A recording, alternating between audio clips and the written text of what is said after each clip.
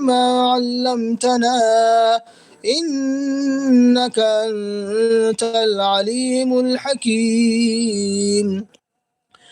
قال يا آدم أنبئهم بأسمائهم فلما أنبأهم بأسمائهم قال ألم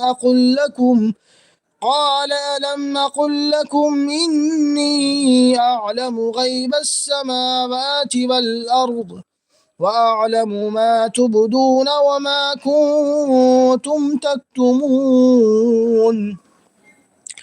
وإذ قلنا للملائكة اسجدوا لآدم فسجدوا إلا إبليس أبى واستكبر وكان من الكافرين. وقلنا يا آدم اسكن أنت وزوجك الجنة وكلا